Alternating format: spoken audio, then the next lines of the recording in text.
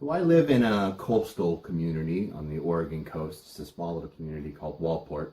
There's about 2,050 people that live here. I kind of want to go for that coastal look inside the house. So I'm going to order a king size foam mattress from Tuft and Needle. And maybe I'll do an unboxing too, but we're going to build a bed frame for that. This isn't sponsored. I wish it was. It'd be cool if they could give me a mattress, but I'm nobody right now.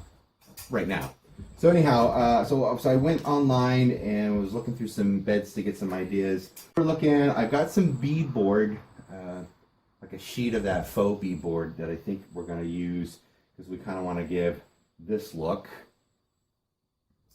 And I'm going to build a platform bed, so no box spring, strictly a 10-inch foam mattress.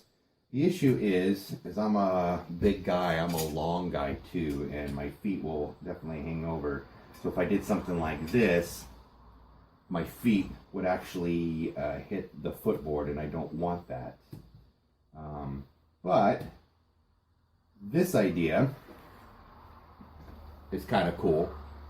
I think I would have plenty of foot room there, and of course we want a headboard, and I want to make it so it just doesn't, mattress doesn't move at all.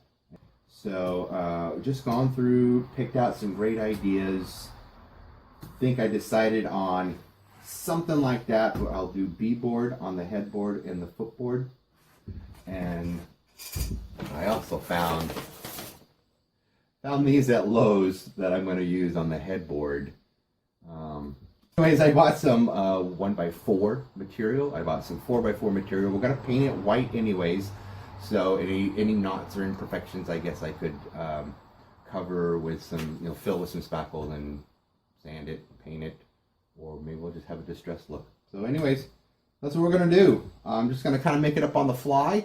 And if it turns out just really cool, I'll make some plans for it and have it available somewhere. We'll see. Let's get started.